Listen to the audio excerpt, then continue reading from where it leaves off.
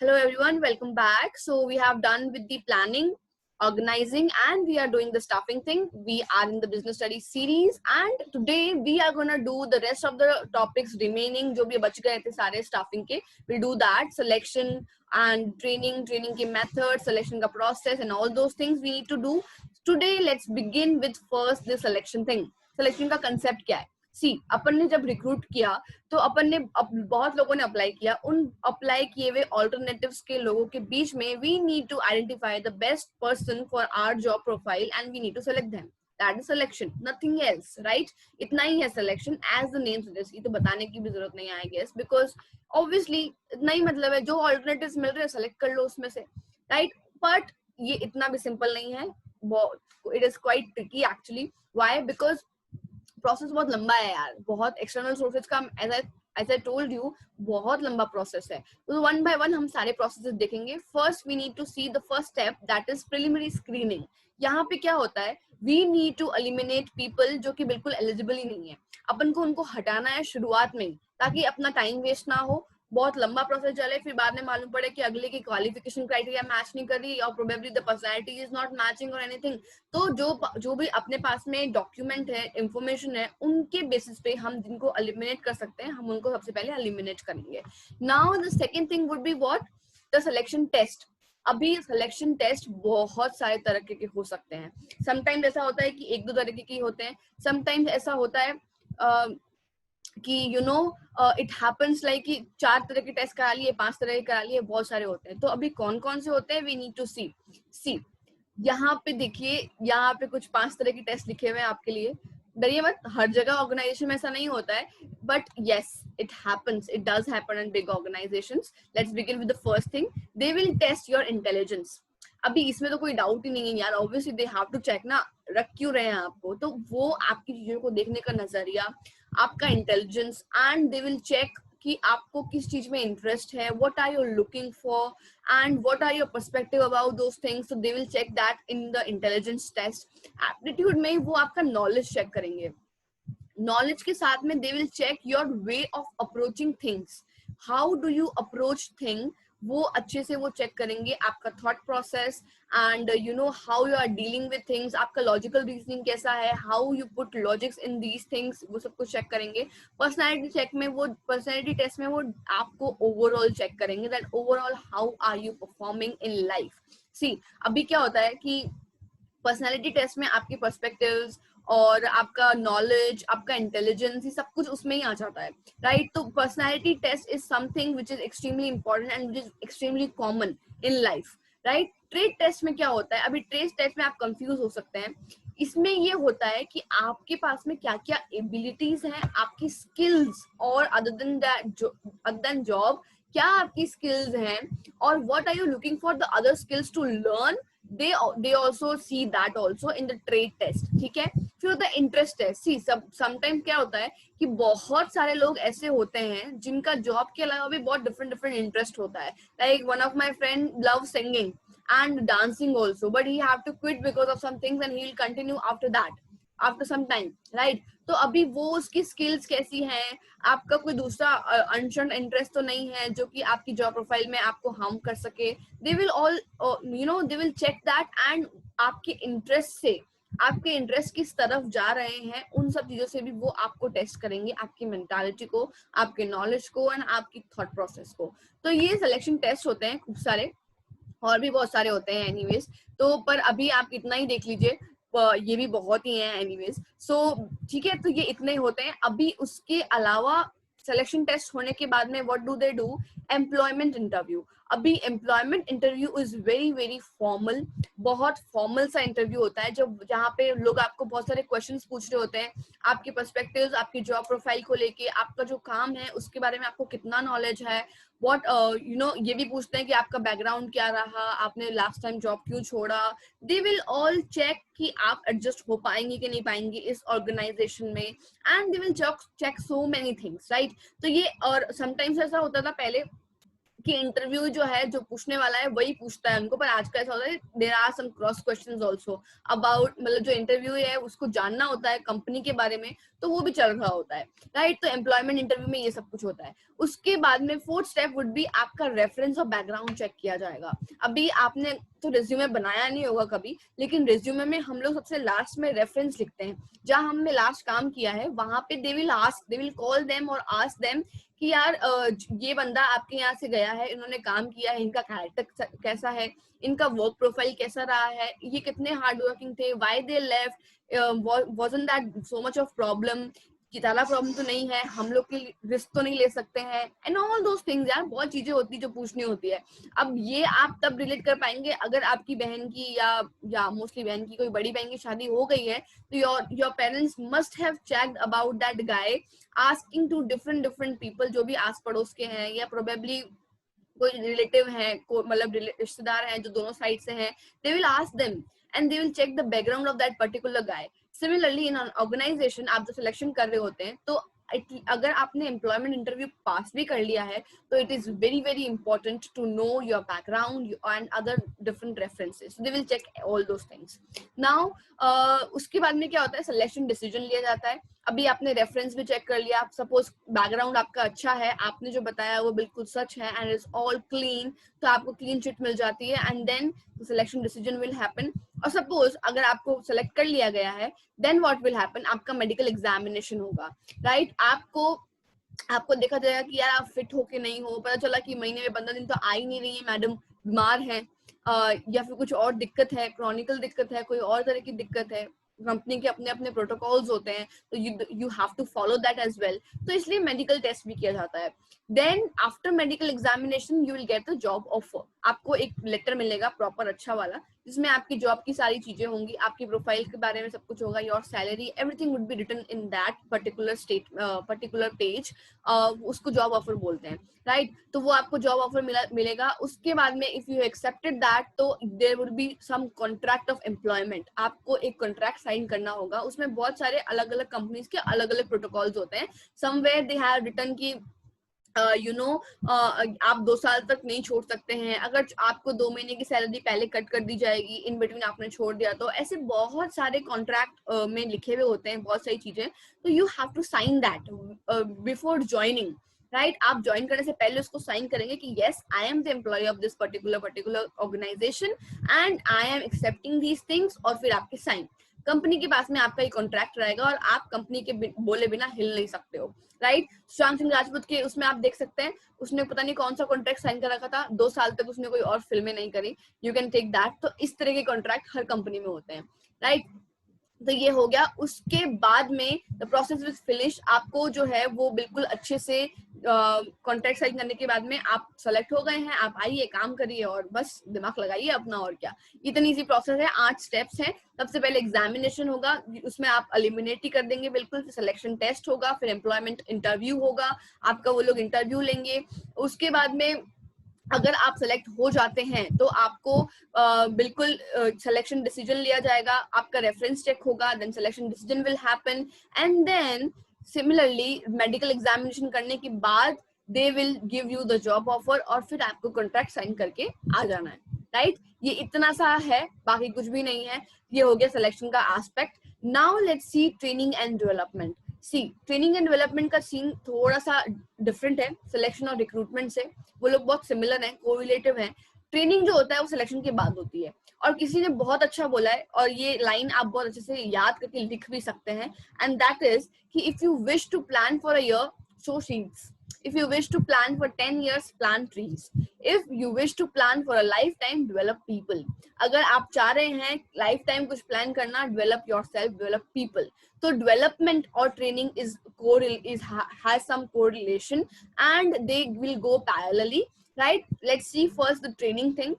Training का क्या scene होता है, क्या क्या बेनिफिट्स होते हैं ऑर्गेनाइजेशन को, और कैसे कैसे आफ्टर सिलेक्शन आपको कंफर्टेबल किया जाता है कि ट्रेनिंग देके कि यार अगर आप फ्रेशर हैं तो आप ये सारी टेक्निकल चीजें सीख लें, how this works and how it grows, ये सब कुछ आपको ट्रेनिंग में मालूम पड़ता है. Now it has some benefits to organization and to employees also. अभी सबसे पहले ऑर्गेनाइजेशन को अपने एम्प्लॉयज को पैसा लगा के ट्रेनिंग देने में क्या बेनिफिट होता है, दैट वी नीड टू सी. अभी क्या है कि अगर आपने एम्प्लॉय को ट्रेन करने लग गए, आपने उनको ट्रेनिंग दे दी पहले काम करने से पहले, तो it would be less wastage of money and efforts. अभी सपोज एक एम्प्लॉय है यहाँ पे, उसको एक बिना ट्रेनिंग के काम करने में उसको लग रहा है सपोज 1 घंटा, राइट, और यही अगर उसको टेक्निक्स मालूम पड़ गई, ट्रिक्स मालूम पड़ गई, तो हार्डली वो शायद 45 मिनट्स में कर दे या 30 मिनट्स में ही कंप्लीट कर दे उस काम को. तो इससे क्या होगा, टाइम बचेगा, एफर्ट्स बचेंगे, मनी बचेगा, और ये ऑर्गेनाइजेशन को हेल्पफुल होगा. उधर अदर देन दैट आपकी एम्प्लॉय की जो प्रोडक्टिविटी है, इट इनहांस दैट, वो बढ़ती है productivity, by the time it will grow, right, क्योंकि आपको टेक्निक्स पता है, यू आर ऑलरेडी ट्रेन्ड, तो उस हिसाब से आपकी productivity will also increase. Now it equips the future manager. Obviously see, अभी कोई ऑर्गेनाइजेशन है यहाँ पे, ये एम्प्लॉय है, ये एज अ इंटर्न आया है सपोज, राइट, यस, ये एज अ इंटर्न आया, और अभी क्या सीन हो गया कि इंटर्न तो भाई साहब आ गए, लेकिन इनको इतना अच्छे से ट्रेनिंग दे दी आपने कि आफ्टर सम टाइम ये आपके परमानेंट एम्प्लॉय बन सकते हैं.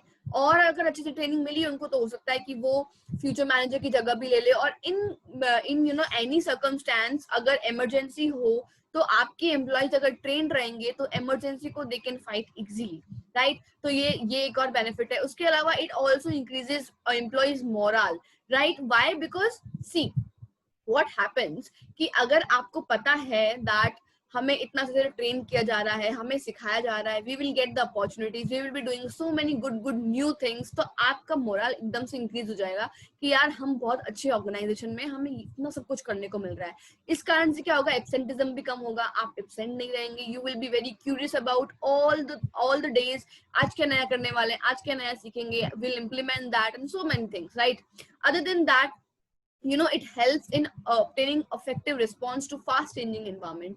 अभी इतने environment changes होते हैं, you know that technologically, economically, legally, politically बहुत changes होते हैं. आपने business environment के chapter में पढ़ा होगा. तो उस हिसाब से इतने सारे चेंजेस को आप कैसे इफेक्टिव रिस्पॉन्स दे सकते हैं, अगर आप ट्रेंड होंगे तो आपको अच्छे से पता होगा. और ये सारे see employees are the strength of organisation. अगर एम्प्लॉयज ट्रेंड रहेंगे, अच्छे रहेंगे, तो organisation automatically will work very well, right. तो इसलिए ये ऑर्गेनाइजेशन को हेल्पफुल होता है. On the other hand it will help the employees also. It will be beneficial for employees. कैसे? Let's see that. See what will happen कि अगर आप एज अ इंडिविजुअल अगर अपन देखें, ऑर्गेनाइजेशन का तो चलो ठीक है, पर एज अ इंडिविजुअल भी अपन देखें तो it would be very good career for your. Job सिर्फ जॉब नहीं होती है, it become career after some time, right. तो उस हिसाब से एक एज अ इंडिविजुअल के लिए ये बहुत अच्छा जॉब करियर का ऑप्शन होगा. Other than that, you know, आपकी परफॉर्मेंस इंक्रीज होगी तो there would be high chances to earn more money. Then it would make the employee very efficient and effective as well. आप efficiently and effectively काम कर पाएंगे. Other than that, training will increase the satisfaction and morale of employees. Obviously आपका satisfaction level will be at peak. Why? Because आपको पता होगा कि जहाँ I am working, I am learning so many things and I am working in a very good way, right. तो उस कारण से ये सब चीजें तो होनी ही है. तो it would be beneficial to employees also. Now let's see सब मेथड्स ऑफ ट्रेनिंग कि ट्रेनिंग के क्या क्या मेथड्स हैं, किस किस मेथड से क्या क्या परफॉर्मेंसेस हो सकती हैं. अभी यहाँ पे दो हैं, एक तो ऑन द जॉब मेथड है, ऑफ द जॉब मेथड है. ऑन द जॉब वो होता है जो आप जॉब पे रहकर काम करवाते करवाते उनको ट्रेनिंग दे रहे होते हैं. ऑफ द जॉब मतलब कि काम से पहले आपने ज्वाइनिंग कराया, उससे पहले आप ट्रेन करेंगे और फिर आप उनको काम पे लगाएंगे. अभी let's quickly C yes, let's quickly see first the on the job method. क्या है on the job method का सीन, वो अपन देख लेते हैं. See what happened, there is first thing that is apprenticeship programs. अभी यहाँ पे क्या होता है, ये on the job होता है. अभी यहाँ पे आपका सपोज जॉब लग गया है, right? और आपको एक किसी के अंडर काम करना है, that would be like your teacher kind of, coach समझ लीजिए, कुछ भी समझ लीजिए, वो आपको काम करवाएंगे। मतलब you can take example of plumbers, electricians. ऐसा होता है ना, आपको कोई ठीक करना था तो उनके पीछे 2 बच्चे लगे हुए होते हैं, 2 बच्चे या 2 मतलब उनके साथ में होते हैं, ये टूल पकड़ा दो, ऐसे कर दो, वो देख रहे होते हैं कि काम कैसे कर रहे हैं। और इसी तरीके से दे आर गेटिंग ट्रेनिंग, और आफ्टर सम टाइम वो लोग खुद भी काम कर पाएंगे इस चीज को लेके। तो ये होता है, ये वाला प्रोग्राम जो होता है ऑन द जॉब ही होता है, apprenticeship program. Now when we see coaching, इसमें क्या होता है कि जो भी ट्रेनिंग होता है उसको एज अ कोच ट्रेनिंग दी जाती है। जो कोच होता है वो उनको ट्रेन कर रहा होता है, उनको समझा रहा होता है सारे प्लान्स, उनकी प्रायोरिटीज, उनका टाइमलाइन, किस टाइमलाइन पे आपको कितना काम कंप्लीट करना है, और वो उनके साथ साथ भी काम करा रहे होते हैं, और वो उनको गाइड कर रहे होते हैं। तो ये हो गया कोचिंग। नाउ इंटर्नशिप ट्रेनिंग क्या होती है? इंटर्नशिप तो आपको बहुत अच्छे से पता होगा, आई गेस सो, नाम आपने बहुत सुना होगा। सी यहाँ पे क्या होता है कि आपको जैसे कि स्टूडेंट्स वगैरह है या ये सब कुछ है, उनको पहले इंटर्नशिप दे दी जाती है कि यार आप आइए, काम करिए, और आप इंटर्न बन के रहिए, और आप, हम लोग आपको जो जो बोलेंगे आपको वो काम करना पड़ेगा। एंड दैट्स हाउ, जैसे अभी जीएसटी आ गया, जीएसटी के लिए और जो सीए लोग जो होते हैं उनके लिए एक इंटर्नशिप प्रोग्राम होता है 1.5 साल का, they have to follow that. तो उसमें ये लोग क्या कर रहे होते हैं, जो जो भी हेड होते हैं वो उनको काम दे रहे होते हैं, उनको काम सिखा रहे होते हैं, राइट, प्रैक्टिकल नॉलेज देने के लिए। तो इसी तरीके से इंटर्नशिप ट्रेनिंग होती है। Other than that there is job rotation. Job rotation में क्या होता है कि आपको शिफ्ट करा जा रहा होता है, and let me tell you, job rotation is very important, right. Let's quickly see वापस से जॉब रोटेशन। अभी सपोज एक डिपार्टमेंट है, आपको हर डिपार्टमेंट का थोड़ा थोड़ा थोड़ा नॉलेज देना है, just to train you, so that आप किसी भी सर्कमस्टेंस में अच्छे से काम कर सके। तो उसके लिए आपको जॉब रोटेशन का ट्रेनिंग दिया जाता है। आपको पहले इस डिपार्टमेंट में रखा, फिर इधर से उधर मूव करा, फाइनेंस से सेल्स में किया, सेल्स से मार्केटिंग में किया। हर डिपार्टमेंट का थोड़ा थोड़ा नॉलेज होगा तो आपको मालूम पड़ जाएगा कि how the process goes on. Suppose आपको सेल्स में रखा, सेल्स का सिखाने के लिए, पर आपको पता ही नहीं है कि सेल्स के पहले का प्रोसेस क्या है, तो आपको जॉब रोटेशन के टाइम पे मालूम पड़ेगा कि ऑल राइट, पहले प्रोडक्शन हो रहा है, उससे पहले हम लोग मैन्युफैक्चरिंग का सीन देख रहे हैं, रॉ मटेरियल आ रहा है, उसके बाद में हम फाइनेंस भी देख रहे होते हैं, बाद में सेल्स होती है, सेल्स के साथ साथ मार्केटिंग का भी सीन रहता है। इस तरीके से आपको पूरा प्रोसेस समझ में आएगा। तो that is the job rotation thing, and job rotation is extremely important according to your exam point of view, right. अभी तो ये तो हो गई on the job methods. Off the job methods क्या होता है? बहुत सिंपल है, जो भी मेथड्स आपको आपकी जॉब मतलब जो आपको मिल चुकी है उसमें नहीं रख कर कराया जाता है, उससे पहले कराया जाता है, वो ऑफ द जॉब मेथड्स होता है ना। उसमें बहुत सारे टाइप्स हैं। क्लासरूम लेक्चर्स, कॉन्फ्रेंसेस हो गई। आपको क्लासरूम मतलब कहीं अलग से, सपोज ये आपका ऑर्गेनाइजेशन है, इस ऑर्गेनाइजेशन में ना रखकर कहीं और आपको ट्रेनिंग दी जा रही है, that is of the job method. All right. अभी क्लासरूम लेक्चर्स होते हैं, वहां पे आपको बहुत सारी थ्योरी सिखाई जा रही होती है, बहुत सारा नॉलेज दिया जा रहा होता है कि ब्रो इस तरीके से काम होता है, इस तरीके से टीम वर्क होता है, ये ऑर्गेनाइजेशनल स्ट्रक्चर होता है, इस तरीके से हम प्लानिंग करते हैं, प्लानिंग कितने टाइप्स होते हैं, and whatever is related to your work profile वो आपको सबको सिखाया जाता है, इधर in visuals, audios and all those things. Films होती हैं, बहुत सारे लोगों को बहुत सारी चीजें दिखाई जाती है, किसी ये ऑर्गेनाइजेशन में हम लोग पहले ऐसे काम कर रहे थे, हमारे यहाँ पे इस तरीके से काम होता है, और उसके रिलेटेड और भी बहुत सारे विजुअल्स दिखाना फिल्म्स के रूप में, that is the other thing. Other than that आपको बहुत सारी केस स्टडीज बताई जा रही होती हैं। अभी केस स्टडीज का क्या सीन होता है कि सपोज आपको कुछ कंसेप्ट समझाना है, तो अपने ऑर्गेनाइजेशन की केस स्टडी दे दी या किसी और ऑर्गेनाइजेशन की, किसी और कंपनी की केस स्टडीज दे देकर आपको समझाया जा रहा होता है, ट्रेन किया जा रहा होता है कि इस सिचुएशन, अगर ऐसी सिचुएशन आ गई तो आपको इस तरीके से डील करना होगा, और कुछ और सिचुएशन जो पॉसिबल सिचुएशंस बन सकती हैं वो सिचुएशन बनाकर आपको केस स्टडी समझाई जा रही होती है। Now the fourth thing is computer modeling. See what happens in this कि आपको यहाँ पे programs बताए जा रहे होते हैं कि how can you program things, how can you establish different patterns, आप पूरा सिंक्रोनाइज तरीके से कैसे चल सकते हैं by the help of technology and all those things, वो आपको पहले से ही रेडी कर रहे होते हैं इन चीजों के लिए। Now that is vestibule training which is extremely important, again बहुत बार पूछा गया है।